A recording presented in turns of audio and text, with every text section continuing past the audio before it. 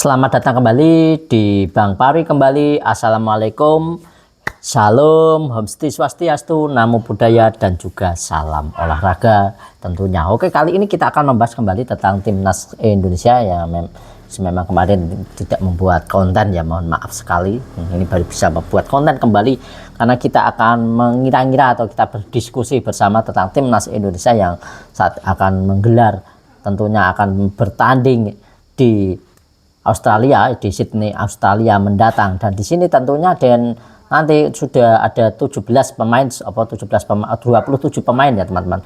27 pemain sudah dipanggil oleh PSSI dan sudah dipanggil oleh Patrick Kluivert, dan total kemarin kemudian ada 3 pemain lagi, pemain baru kita ya, seperti kita Joy Pelupesi dan juga Dan James dan juga Emil Audiro Mulyadi di situ. Nah, berarti total keseluruhan ada 30 pemain, dan di sini kita akan membahas tentang timnas Indonesia kali ini, dan yang kita juga hari ini juga menanti siapa yang sudah didaftarkan di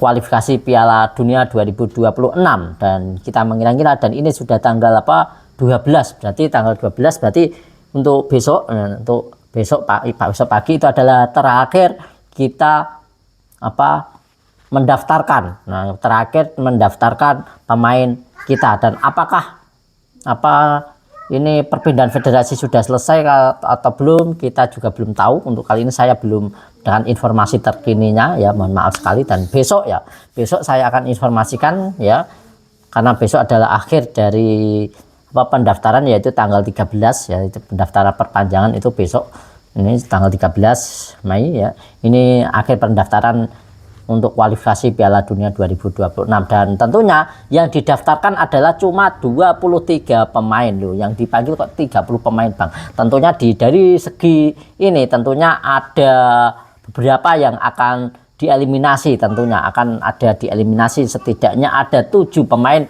timnas Indonesia lagi yang dieliminasi oleh Coach Patrick Kluivert tentunya ya. Ada 7 kembali, karena total pemain kita ada 30 pemain, termasuk pemain yang baru masuk kemarin seperti Joy Pelupesi dan juga Audiro serta juga James Dan Dions ya. Oke, kali itu ya. Dan kemungkinan di sini ada beberapa tentunya yang akan dipanggil di sini, yang akan dicoret. Dan ini menurut saya kita akan bahas dari bagian dari kiper terlebih dahulu. Untuk kiper di situ ya, kipernya di sini akan ada beberapa kiper, yaitu ada Martin Paes ya. Di sini ada Martin Paes, ada juga juga di sini ada kiper itu, di sini ada Martin Paes, Nadeo Argawinata, dan juga Hernando Ari. Nah, dan juga ada Emil Audiro Mulyadi. Nah, di sini perkiraan di sini, karena nanti yang dibawa itu kiper itu adalah cuma 3. Jadi ini tentunya positif di sini yang akan tereliminasi juga di sini itu adalah ada beberapa lagi yang tentunya akan dieliminasi, yaitu menurut saya teman-teman ya. Ini menurut saya adalah Hernando Ari Sutaryadi dari Persebaya Surabaya yang akan dieliminasi untuk kipernya. Kenapa dengan catatan seperti itu? Karena untuk Hernando Ari bukannya tidak baik, ia juga baik, sangat baik sekali untuk timnas Indonesia ya. Tapi bagaimanapun kita juga memang harus mengurangi jatah pemain masuk. Nah, ini karena ini memang terbentur peraturan dari FIFA, seperti yang dulu juga Eliano Rangers dulu ya juga dicoret pada waktu dulu pada era Coach Sintayong. Dan ini juga demikian juga untuk di sini, karena Hernando Ariadi ini Sutaryadi maksud saya ya, di sini ia lemah dalam antisipasi bola-bola atas. Nah, jadi itu akan menjadi sarang untuk pencetak gol lawan, karena memang untuk lawan-lawan kita cukup tinggi-tinggi, dari Australia juga cukup tinggi-tinggi, sangat tinggi ya. Untung saja nanti itu Hedi Soutar ini tidak bermain ya, pemain tengah yang tingginya minta ampun itu, untung saja ia cedera dan tidak dimainkan untuk Hedi Soutar nantinya. Dan itu ya, dan ini menurut saya dari Hernando Ari Sutaryadi dari Persebaya ya, memang agak lemah dalam bola-bola atas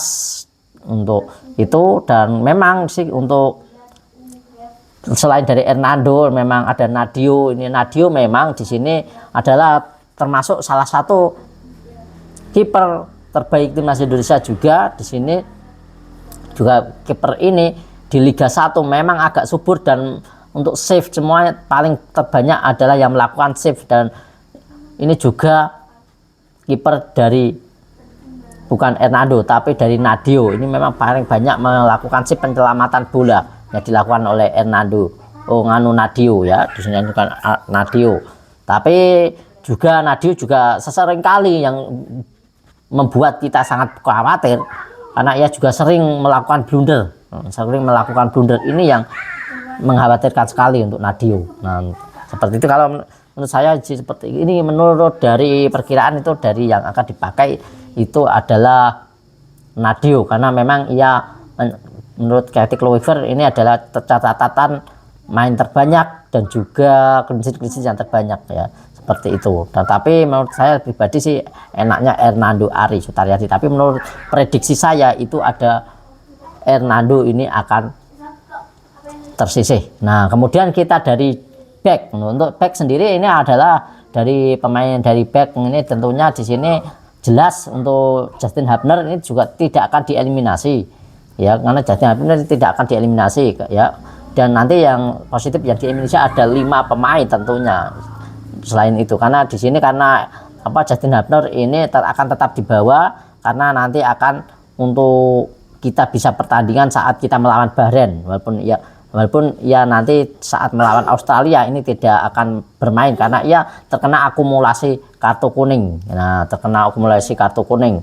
Nah, jadi ia tidak akan bermain, itu juga akan tereliminasi tapi tetap dibawa dan untuk mempersiapkan saat lawan Bahrain nanti. Nah, juga kemudian masih ada di back juga ada Muhammad Ferrari dari Persija. Ini menurut saya juga bisa saja ini memang dieliminasi, karena ini persaingan di lini back tengah di sini sangat-sangatlah ketat. Di situ juga ada Sandy Wells, juga banyak juga, nggak hanya itu ya, di situ juga ada Jordi Amat. Jordi Amat memang kalau dibandingkan Jordi Amat dengan Ferrari ini juga tentunya lebih baik Jordi Amat, walaupun kadang-kadang melakukan blunder. Di situ juga ada Nathan Joaon ya, juga ada Rizky Ridho yang menjadi saingan berat di situ, serta Calvin Verdong, Chan Patinama juga. Ini dari back tengah ini adalah ini banyak sekali bisa mengisi dan pemain multifungsi semua. Jadi jadi itu yang posisi yang agak berat itu memang ada Ferrari. Nah, itu juga kemudian ya selanjutnya menurut saya itu ada Ricky Kambuaya. Nah, Ricky Kambuaya ini juga akan terancam tereliminasi. Untuk Ricky Kambuaya ya terancam tereliminasi karena Ricky Kambuaya memang seperti kita ketahui persaingan di lini back tengah ini juga cukup ketat, dan rata-rata pemain-pemain dari ini adalah ya kita bisa katakanlah untuk pemain-pemain dari timnas Indonesia ini yang lokal sama yang keturunan, tentunya sebaik-baik apapun pemain lokal ini tetap lebih baik pemain keturunan kita, memang kualitasnya jauh. Nah, seperti itu, kecuali dengan Rizky Ridho ini memang punya spesial dan memang bisa mengimbangi untuk pemain-pemain dari keturunan kita, seperti itu ya. Dan kemudian yang selanjutnya yaitu adalah Egy Maulana Fikri. Nah, dari Dewa United. Untuk Egy Maulana Fikri ini sendiri kenapa ini bisa tereliminasi, karena Egy sendiri di sini untuk saat ini ia sedang cedera, jadi tidak mungkin akan dipaksakan untuk bermain, karena pertandingan kemarin itu Egy ini terkendala cedera, jadi kemungkinan besar juga akan tereliminasi dan tidak akan dipaksakan untuk Egy, karena memang persaingan di lini ini di back ini juga memang banyak, seperti Calvin Verdong ini juga saya tidak akan dieliminasi menurut saya untuk Calvin Verdong, karena di sini untuk Calvin Verdong sendiri walaupun ia cedera, tapi informasi yang saya dapatkan kali ini untuk Calvin Verdong sendiri ini sudah agak membaik, jadi ini tidak dipermasalahkan. Ya memang kalau memang dipaksakan ini juga bisa untuk bermain, masih bisa untuk bermain. Kalau dipaksakan misalkan setengah main, misalkan 45 menit, itu bisa dipaksakan untuk apa dari Cavendish sendiri ini. Tapi kalau mungkin untuk 90 menit ini juga kelihatannya juga berat untuk Cavendish, tapi setidaknya walaupun 45 menit ini bisa membantu. Dan seperti itu kan nanti bisa bergantian dengan Saint Patinama ya, ataupun juga bisa digantikan dengan Dion James kan bisa. Nah seperti itu ya pemain kita, dan tidak hanya itu saja, banyak sekali yang bisa menggantikan. Nah di bagian itu juga Eliano Lenges juga bisa untuk dari pos yang ditinggalkan Cavendish. Nah kemudian Ragnar Oratmangun, dan Ragnar Oratmangun kemungkinan besar tidak akan dieliminasi, tapi ia tetap tidak bermain. Nah untuk Ragnar Oratmangun dari defender dari Dender, dari FC Dender ini kemungkinan besar ini memang untuk lawan Australia tidak akan bermain, karena ia juga terkena akumulasi kartu.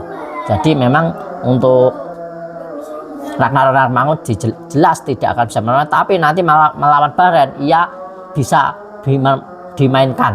Nah bisa dibermainkan karena memang saat melawan Arab Saudi ia terkena kartu kuning yang kedua. Nah jadi seperti itu. Jadi untuk kartu kuning yang kedua dapat akumulasi kartu kuning ya, akumulasi kartu kuning yang Justin Hambro itu terkena akumulasi kartu merah. Tapi tidak langsung dalam satu pertandingan itu langsung kartu merah, tidak, tapi untuk sudah dua kali pertandingan baru kartu merah. Jadi ia masih bisa bermain untuk melawan Bahrain mendatang. Dan ya itu ya, dan kemudian ya selanjutnya ya di sini Hoki Caraka. Nah karena memang Hoki Caraka di sini kemungkinan besar ini akan dicoret. Nah karena apa? Karena Hoki Caraka sendiri memang performanya menurut saya sendiri ini juga kalau masuk dalam timnas senior, menurut saya ini memang belum saatnya ya, belum saatnya, walaupun sudah sering kali dipanggil oleh Coach Sintayong. Memang menurut pribadi saya ini memang gimana ya, memang belum saatnya menurut saya ya, karena memang dari skillnya, dari memang belum memenuhi kriteria di sini ya. Ini menurut saya ya, bukannya ini Hoki Caraka tidak baik ya, juga pemain cukup baik, cukup lincah, tapi memang yang kita punya itu ya gimana lagi ya, seperti itu. Tapi di sini untuk sekarang memang belum waktunya, memang kalau di sekarang, era sekarang, karena memang banyak pemain-pemain keturunan, karena ia harus bersaing dengan Ole Romeni. Nah coba bayangkan, dia harus bisa bersaing dengan Ole Romeni dan juga harus bersaing dengan Rafael Struijk. Nah tentunya saja berat untuk bersaing dengan Ole Romeni, Rafael Struijk, dan juga di sini ia harus bersaing juga dengan, bisa saja di sini Eliano Lenges bisa saja kan ditarik di flank depan untuk Eliano, karena ya Eliano juga bisa bermain di depan walaupun ia seorang back. Nah seperti itu.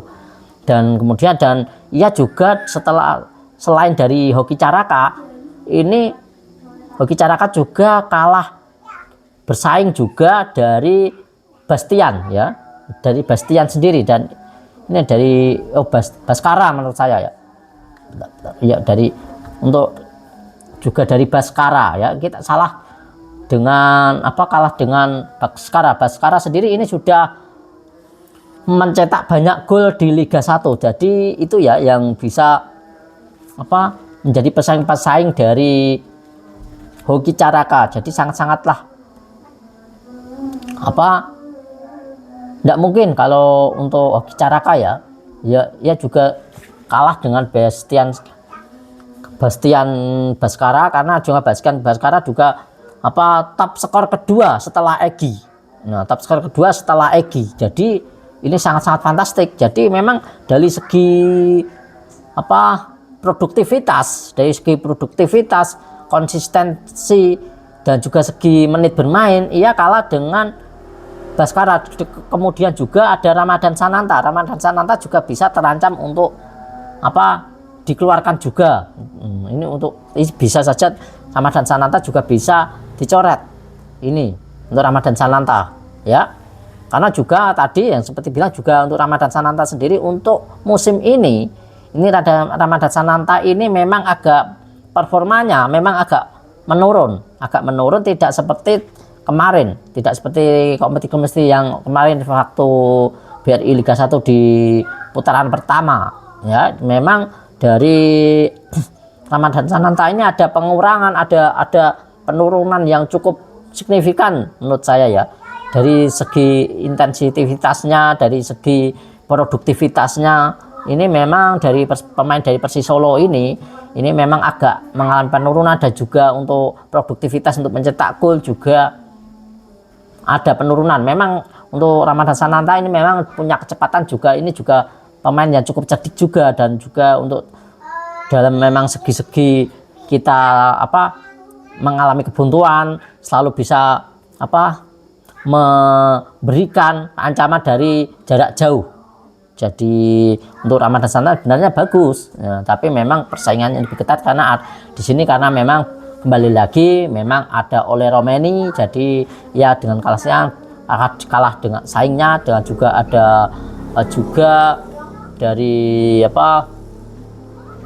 pemain kita, juga ada pemain kita dari Rafael Struijk juga, tentunya dia juga akan kalah pamor dengan Rafael Struijk, karena memang Rafael Struijk selama ini juga memang selalu diandalkan Coach Sintayong. Perkiraan yang diandalkan Coach Sintayong dan Patrick Kluivert ini sama. Kenapa juga di sini untuk pemain-pemain yang dipanggil oleh Patrick Kluivert ini ya sama persis dengan, kurang lebih sama persis dengan yang dipanggil Coach Sintayong. Kenapa? Karena memang kalau ini akan merubah yang signifikan, tentunya tidak akan berani, karena memang di sini ada chemistry ataupun koordinasi dan juga komunikasi ini akan berdampak yang cukup serius. Nah, karena memang yang sudah klub sudah biasa bermain, kalau memang ini terlalu banyak yang penggantinya, yang dipanggil terlalu banyak yang tidak biasa, maka dari komunikasi ini nanti bisa menjadikan miskomunikasi, dan itu akan berakibat fatal dan akan bisa bahaya. Jadi tentunya di sini kebijakan dari Coach Kluivert ini juga memang cukup bijaksana. Memang ia akan merubah, tapi sedikit demi sedikit, tidak langsung merubah total seperti itu ya. Dan juga kita juga ketahui seperti juga saat kita juga memang Dewa United, nah pertama kali mengganti pemain kemarin juga tidak langsung menggunakan tiki taka ya, dengan tiki taka dengan khas Belanda ya, dari pelatih baru, tidak, tapi juga untuk pertama kali ini untuk Madura United ini juga selalu long pass terus kan, main long pass terus, memang seperti itu, hingga kalau tidak salah ada 5 kali menelan kekalahan ya, 5 kali menelan kekalahan, tapi itu tetap selalu berjalan. Tapi kelama-lamaan sekarang permainannya sangat cantik ya, juga selalu mau memperolehkan kemenangan dan segi kemenangan dan kemenangan. Jadi itu ya. Tapi apakah pertanyaan kita kali ini, apakah nanti untuk Patrick Kluivert ini bisa sulap intinya ya, bisa merubah timnas ini ya jadi superior seperti itu. Mari kita nantikan untuk pertandingan yang akan datang, yang akan ditampilkan oleh Patrick Kluivert pada tanggal 20 Maret mendatang. Oke, mari kita saksikan nanti mendatang tanggal 20 lawan Australia. Salam.